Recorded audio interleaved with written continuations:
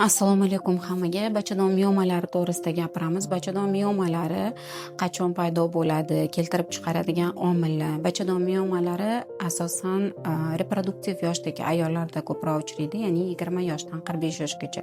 Asnonom 30 yoshdan keyin bu ko'rsatkich ko'paya boshlaydi. Nimaga? Потому что agar 30 yoshdan keyin ayollar turmushga chiqmagan ayollarda ko'proq yoki ko'p miqdorda abortlar yoki bachadon ichida o'tkazilgan ba'zi bir protseduralar oxirgi o'rinda o'sha xromosom, ya'ni gen bilan bog'liq bo'lgan holatlarda kuzatiladi. Bu bachadon miomalarini xarakterli belgilaridan ko'pincha o'sha bachadon miomalari bachadon birga kattalashishi, ya'ni bachadonni kattalashib qattiqlashib qoladi. Bu qachon aniqlanadi? Qachonki o'sha ayollarda bezovtalik bo'lsa, ya'ni ko'p miqdorda qon ketishlar, menoragiya deyiladi, yoki hayz siklini o'rtasida qon ketishlar, maza siqib yurishadi, jigarrang выделение deb metromenoragiya deyiladi, yoki ba'zan o'sha hayz siklini umuman o'zgarib ketishi yoki juda ham og'riq kuchli bo'lishi, yoki ba'zan aytishadi, men tez tualetga qatnayapman, ya'ni tez naqa qilgim kelyapti deyishadi. Siyish bu degani o'sha miomani kattaligini hisobiga o'sha siydik qopini ezishi, bosishi natijasida bu shunaqa holat ощущение bo'ladi, ya'ni tez chiqisi keladi. Yana bitta sababi, men ichim qotyapti, gaz bo'lyapti deyishi mumkin. Bu deganda bu o'sha to'g'ri ichakni, miomani kattaligini hisobiga to'g'ri ichakni bosishi natijasida o'sha yerda zaporlar ko'proq uchraydi. Ba'zan ko'pincha o'sha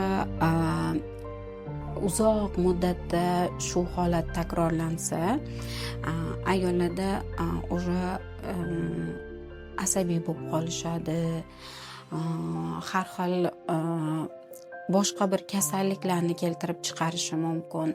Va основном o'zi bilan miomani keltirib chiqaradigan gormonal o'zgarishlar natijasida, ya'ni bu o'sha estrogenlar, progesteronlar miqdorini buzilishi natijasida kelib chiqadi. Estrogenlar o'sha 45 yoshgacha reproduktiv возрастda ko'proq ishlaydi va bundan keyin progesteron ishlashni boshlaydi. Progesteron ishlashni boshlashi bilan ba'zi holatda miomani o'sha o'lchami, miomani holati, uni joylashgan joyiga qarab turib, ba'zan ayollarda o'sha klimaks davrida kichrayish holati bo'ladi, lekin hech bir yo'qolib ketmaydi. Buning uchun bizni ko'pincha tavsiya qilinadi doimiy ravishda, ya'ni 3 oy, 6 oyda ultratovush tekshiruvdan o'tib, o'lchamlarini, joylashgan joyini ko'rib turish va ginekolog nazoratida bo'lish. Mioma degani o'zi xuddi endi xalq tilida gapiradigan bo'lsa, bu organizmda bitta mina turibdi degan. Bu mina qachon portlaydi, qachon o'zgarish bo'ladi, buni hech kim bilmaydi. Va u turgan to'qima qaysi to'qimaga aylanishini ham hech kim bilmaydi. Shuning uchun ham uni nazorat qilib turish kerak, ya'ni sarkoma boshqa narsa paydo bo'lmasligi uchun. Ko'pincha bu o'sha miomani tez o'sishiga sabab bo'ladigan narsalar boshqa tugullar ham paydo bo'lish holati kuzatiladi, ya'ni bir emas, bir nechta tugullar paydo bo'ladi. Bu ayollarimizga homilador bo'lishiga qiyinchilik olib kelishi mumkin, yoki hayotiy umuman ishga stress holatlari ko'proq kuzatilishi mumkin. Doimiy stressda bo'ladigan ayollarda ham miomalar ko'proq uchraydi. Bu narsani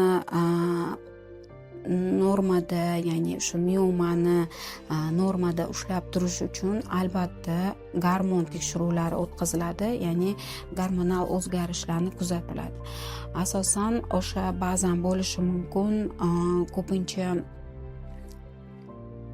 estrogenlarni ko'payishi, insulinni oshishi ham miomani keltirib chiqarishi mumkin. Bu ya'ni semirish natijasida bo'lishi mumkin. Ko'pincha o'sha abortlar dedik, ya'ni ko'p miqdorda bachadon ichida har xil tozalash, qirish amaliyotlari, balki diagnostika maqsadida, balki abort maqsadida qilingan tekshiruvlar bo'lishi mumkin, yoki homiladorlik holatlarida bo'ladigan patologik o'zgarishlar natijasida bo'lishi mumkin. Ba'zan o'sha ayollarimizda ko'pincha kam harakatlilik natijasida tos suyaklarida qon aylanishi buzilishi bo'ladi. Bunda kuchli og'riqlar bo'lishi mumkin. Genetik sabab bo'ladigan bo'lsa, o'sha ayollarni oysida kimdadir o'sha mioma bilan oldindan kasallangan bo'lishi mumkin, yoki o'sha asosan обмен вещества deydi, ya'ni metabolizm o'zgarishi natijasida bo'lishi mumkin. Davleniyasi постоянный doimiy oshib yuradigan ayollarda bo'lishi mumkin. Saharniy diabeti bor ayollarda bo'lishi mumkin. Ko'pincha o'sha semirish natijasida estrogenlar miqdori ko'p ishlab chiqarilishi natijasida bo'lishi mumkin, yoki stress holatlari, psixoemotsional holatlar ta'sirida ham miomalarni ko'p miqdorda yoki ko'payishi holatlari kuzatiladi. Bu degani o'sha stress holatlari doimiy ayollarimiz напряженияda yuradi. Ya'ni uyquni buzilishi, o'zi normada gormonlar qachon ishlaydi? Kechqurun soat 10 dan soat 3 gacha bo'lgan davrda gormonlar o'zini funksiyasini bajaradi. Ya'ni siz uxlagan holatda o'zini funksiyasini bajaradi. Bu paytda ko'pchilik telefon o'ynashi mumkin, yoki kimdir kechki smenda ishlashi mumkin. Mana shu vaziyatlarda gormonlarda o'zgarish kuzatiladi. Shu holatda ayolimiz stressda yuraveradi. Bu bilan demoqchimanki, har bitta odam bir kunda yaxshi uyqu bo'lishi kerak. Bu degani 7-8 soat uxlash kerak. Bu orada o'sha masalan dori ichmasa ham, boshqa qilmagan taqdirda ham o'sha gormonlar normaga tushib ketadi, to'g'irlanib ketadi. Endi miomani ko'pchilik aytadi, uy sharoitida qanaqa davolasa bo'ladi? Oldin aytganimdek, o'sha miomani kattaligiga, o'lchami, razmeri, joylashgan joyiga qarab turib kuzatuv olib boriladi. Bu kuzatuvda agarda miomamiz o'smayotgan bo'lsa, gormonlarda o'zgarishlar bo'lmasa, bunda ko'pincha dieta tavsiya qilinadi. Ya'ni uncha yog'li bo'lmagan mahsulotlar, masalan, omega ichish mumkin. Bu protivоспалительный ta'sir qiladi. Ya'ni shamollashlarni oldini oladi. Shamollashlar bo'lmagan joyda shish bo'lmaydi, atyoq bo'lmaydi va og'riq bo'lmaydi. Ikkinchisi vitamin E. Buni ichib turish kerak. Bu ham metabolizmni yaxshilab berishga yordam beradi ayollarda, ya'ni женский gormonlarda. Undan tashqari ko'pincha o'sha baliq mahsulotlari, moreprodukta deymiz. Zelenlar ko'proq iste'mol qilish kerak, orex ko'proq iste'mol qilish kerak. Juda ham yog'li bo'lgan, kaloriyasi ko'p bo'lgan mahsulotlar tavsiya qilinmaydi. Keyin ko'pincha sport bilan shug'ullanish, ya'ni bir kunda hatto 10,000 qadam yurish tavsiya qilinadi. Endi agarda mana so'rashadi, urg'ochisi bor ekan, qasi bor ekan deb, u unaqa bo'lmaydi. Bu bo'lishi mumkin, доброкачественный, злокачественный bo'lishi mumkin. Bu narsani shu oldin aytganimdek doimiy kuzatuv bilan olib boriladi. Uy sharoitida faqat shifokor maslahati, nazorati bilan krasная щетка degani bor, borovая matka degan jidkislar, suyuqliklar o'tlardan, o'simliklardan qilingan, bularni ichish mumkin. Ba'zan metroragiya bo'lganda krapiva tavsiya qilinadi. Bu o'sha qon miqdorini kamaytirish maqsadida. Doimiy qon ketaversa, bu surunkali anemiyaga olib kelishi mumkin. O'shaning uchun albatta shifokor nazoratida bachadonni miomalarini kuzatib, nazorat qilib, uy sharoitida samostoятельно davolash umuman tavsiya qilinmaydi. Xulosa qilib aytganda, bachadon miomalarini xavfsiz bo'lishi mumkin.